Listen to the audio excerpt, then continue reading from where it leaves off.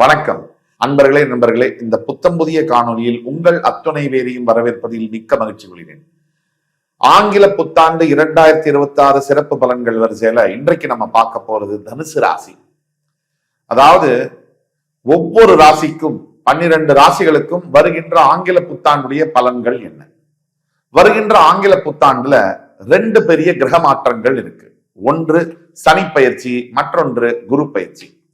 சரியாக மார்ச் 6ஆம் தேதி வாக்கிய பஞ்சாங்கப்படி கும்பராசியிலிருந்து மீனராசிக்கு பெயரவிருக்கின்ற சனி பகவான், அதே மாதிரி ஜூன் 2ஆம் தேதி மிதுன ராசியிலிருந்து கடகராசிக்கு பெயரவிருக்கின்ற குரு பகவான். இந்த 2 பயிற்சியானது 12 ராசிகளுக்கு என்னென்ன பலன்களை தரும், வாழ்க்கையில் என்னென்ன மாற்றங்கள் வரும், அந்த வரிசையில இன்றைக்கு நம்ம பேச போறது தனுசு ராசி. காலபுருஷ தத்துவத்துடைய 9ஆம் வீடு என்று சொல்லக்கூடிய தனுசு ராசி. அதாவது தனுசு ராசிக்கு வாக்கிய பஞ்சாங்கப்படி தற்சமயம் 3ஆம் இடத்தில் சஞ்சரித்து வருகின்ற சனி பகவான் 4ஆம் இடத்திற்கு பெயர்ந்து அர்த்தாஷ்டம சனியாக அனுகிரகம் செய்வார். அதாவது தனுசு ராசியினுடைய ராசிநாதனே 7ஆம் இடம் என்று சொல்லக்கூடிய மிதுனத்திலிருந்து ராசியை நேரடியாக பார்ப்பது போக ராசியின் 8ஆம் இடம் சென்று குரு பகவான் ராசிநாதன் உச்சம் பெறுவார். அப்படி உச்சம் பெற்ற பிறகு ராசியினுடைய 12ஆம் வீடு, 2ஆம் வீடு, 4ஆம் வீடுகளை பார்ப்பார். இப்ப முதல்ல சனி பயிற்சிக்கு வருவோம். சனி பகவான்னா யாரு, அர்த்தாஷ்டம சனினா என்ன? சனி பகவான் என்பவர் முழு பாவ கிரகம். அர்த்தாஷ்டம சனினா அஷ்டம சனியில பாதியை தரும், பாதி பலன்கள் கிடைக்கும். அதுதான் அர்த்தாஷ்டம். அர்த்தாஷ்டம காலகட்டங்கள்ல என்னென்ன விஷயங்களை எதிர்பார்க்கலாம்? ஆல்ரெடி தனுசு ராசி நேயர்களுக்கு கடந்த 3 முதல் 5 ஆண்டுகளாக ஒரே பிரச்சனை, சண்டை, சச்சரவு. குறிப்பிட்டு சொல்லணும்னா கணவன் மனைவிக்குள்ள இருக்கக்கூடிய வேறுபாடு. தனுசு ராசி என்பவர்களுடைய வாழ்க்கையில சட்ட சிக்கல்கள், போராட்டங்கள், சொத்துக்கான போராட்டங்கள், உரிமையை விட்டுக் கொடுக்கக்கூடிய நிலைமைகள், உரிமைக்கான போராட்டங்கள், குழந்தைகளுக்கான போராட்டங்கள், தன் உடல் நிலை பாதிப்புகள், ஆரோக்கியம் போய் தனக்கு மனசுக்கு பிடிச்சவங்க தன் வாழ்க்கையை விட்டு பிரியக்கூடிய இந்த பிரச்சனையெல்லாம் சந்திச்சு இப்படி மாறி மாறி மனக்கசப்பு, மன கஷ்டம், துயரங்கள்ல துவண்டு போயிருக்கக்கூடிய தனுசு ராசினியர்களுக்கு ஒன்னே ஒண்ணுதான். எப்பப்போ நமக்கு துக்கங்கள் நிறைய வருதோ, எப்பப்ப நமக்கு கஷ்டங்கள் நிறைய வருதோ, அப்பப்ப கடவுள் நம்ம பக்கம் கண்டிப்பா இருக்கும். அதே மாதிரி கடவுள் கஷ்டப்படுறவங்க இல்ல விட்டு விலகிறது இல்லை. அந்த சனீஸ்வர பகவான் அர்த்தாஷ்டம சனியாக வரும்பொழுது முதல்ல என்ன கவனமாக இருக்கணும் அப்படின்னா, நம்முடைய உடல் ஆரோக்கியத்தில் கவனம் தேவை. அதற்கு பிறகு தாயாருடைய உடல் ஆரோக்கியத்தில் கவனம் தேவை. இந்த தாயாருடைய உடலாக மட்டுமில்ல, லீகல் பிரச்சனைகள், லீகல் டாக்குமெண்டேஷன் சம்பந்தப்பட்ட பிரச்சனைகள். 4ஆம் இடத்தில் சனி சஞ்சரிப்பதால் அர்த்தாஷ்டம சனியில் ஏதாவது கையெழுத்து போட்டு மாட்டிக்க வேண்டும். சரியாக மார்ச் 6ஆம் தேதியிலேருந்து ஜூன் 2ஆம் தேதி வரைக்கும் வெறும் 3 மாசம் தான் நான் சொல்லக்கூடிய விஷயங்கள்ல கவனமாக இருக்கணும்.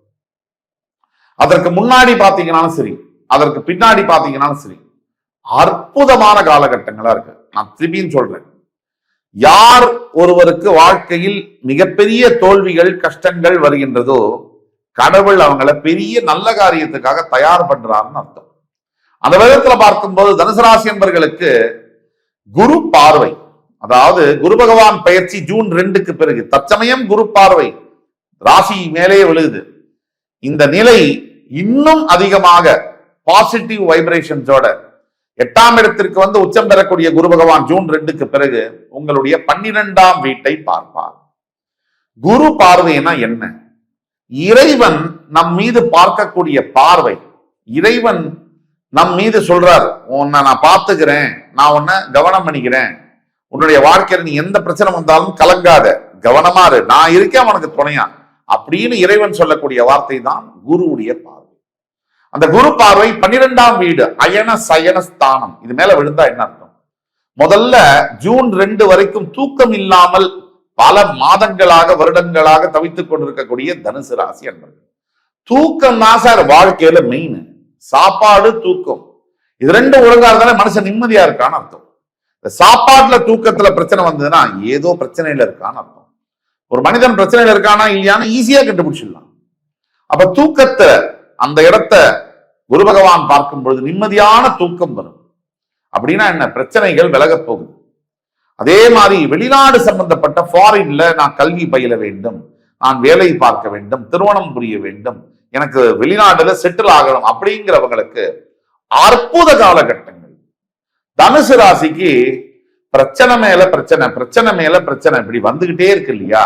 இதற்கு முக்கிய காரணம் என்னன்னா, நீங்க பிரச்சனையில கட்டி பிடிச்சுக்கிறீங்க, அதை விட மாட்டேங்கிறீங்க. அதுவா போறேன்னா கூட அதை விடுறதில்லை. நீங்க என்ன பண்ணணும்னா மனநிலையில கொஞ்சம் மாற்றங்களை கொண்டு வரணும். பிரச்சனைகள் எல்லா ராசிக்காரர்களுக்கும் வரும். நமக்கு நேரம் சரியில்லைன்னா புத்தி வேலை செய்யாது. இப்ப ஒருத்தர் சொல்றாரு, இப்ப நானே சொல்றேன் அப்படின்னா, நான் என்னதான் சொன்னாலும் நீங்க கேட்டுக்கணுமே. அதை கேட்டாத்தானே பலன் அளிக்கும். அதை கேட்கறதுல தான் பிரச்சனையே இருக்கு. இவர் என்ன சொல்றது, நாம என்ன கேட்கறது? இவர் என்ன பெரிய ஆளா, இவர் சொல்வதெல்லாம் பொய் அப்படின்னு நினைக்கிறது. அதை நினைக்க வைக்கிறது இல்லையா, அதுதான் விநாச காலம். விநாச காலம்னா தவறான நேரம் இருக்கும் போது நம்முடைய புத்தியும் தவறான சிந்தனைகளை சிந்திக்க வாய்ப்பு கொடுக்கிறது. ஆக தனுசு ராசி நேயர்கள் 12ஆம் வீட்டில் குரு பார்வை விழுந்ததும் அயல்நாடு செல்லக்கூடிய ஃபாரின் கண்ட்ரீஸ்ல செல்லக்கூடிய அனைத்து விஷயங்களும் சக்சஸ்ஃபுல்லா நடக்கும். அடுத்தபடியாக குரு பகவானுடைய பார்வை 7ஆம் பார்வை என்பது உங்களுடைய தனஸ்தானத்தில் போய் விழுது.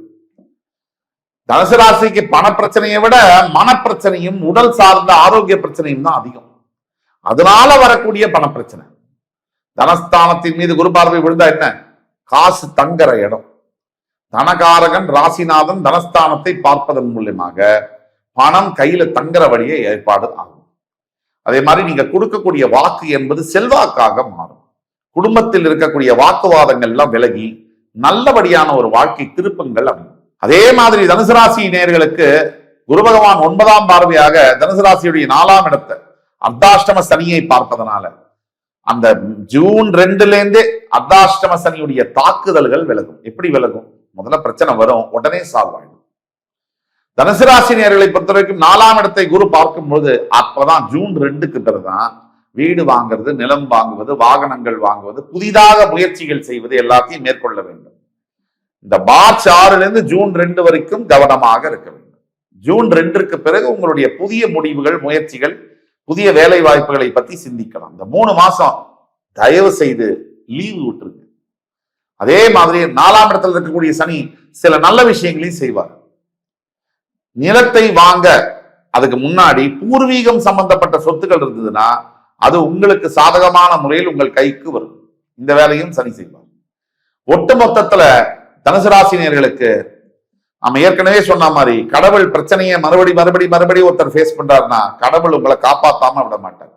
தனுசு ராசியை பொறுத்த வரைக்கும் இந்த காலகட்டங்கள் கன்சாலிடேஷன் பீரியட் அப்படின்னு நீங்க எடுத்துக்கணும். ப்ராக்ரசிவ் பீரியட் எடுக்கக்கூடாது. ஒரு பில்டிங் கட்டுறதுக்கு முன்னாடி அந்த பில்டிங்குடைய அஸ்திவாரத்தை நம்ம எப்படி கட்டுறோமோ அந்த காலகட்டங்கள்னு நீங்க எடுத்துக்கணும். உங்களுடைய வருங்கால எதிர்கால ராஜயோக வாழ்க்கைக்கான அஸ்திவாரத்தை வரும் ஆங்கில புத்தாண்டு ஜூன் 2ஆம் தேதிக்கு பிறகு நீங்கள் பதிக்க போகிறீர்கள், கட்டப் போகிறீர்கள் என்று சொல்லலாம்.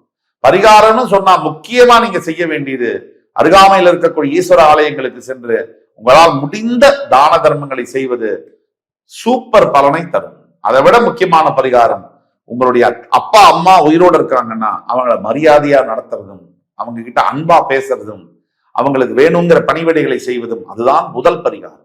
அதற்கு பிறகுதான் தெய்வமே வராங்க. மாதா பிதா குரு தெய்வம். நீங்க தான தர்மங்கள் செய்ய வேண்டும். சனீஸ்வரனுக்கு தர்மங்கள் பிடிக்கும். எத்தனையோ தர்மங்கள் செய்ய செய்ய உங்களுடைய வாழ்க்கையில் சனீஸ்வரன் தன்னுடைய தாக்குதலை குறைத்துக் கொள்வார்.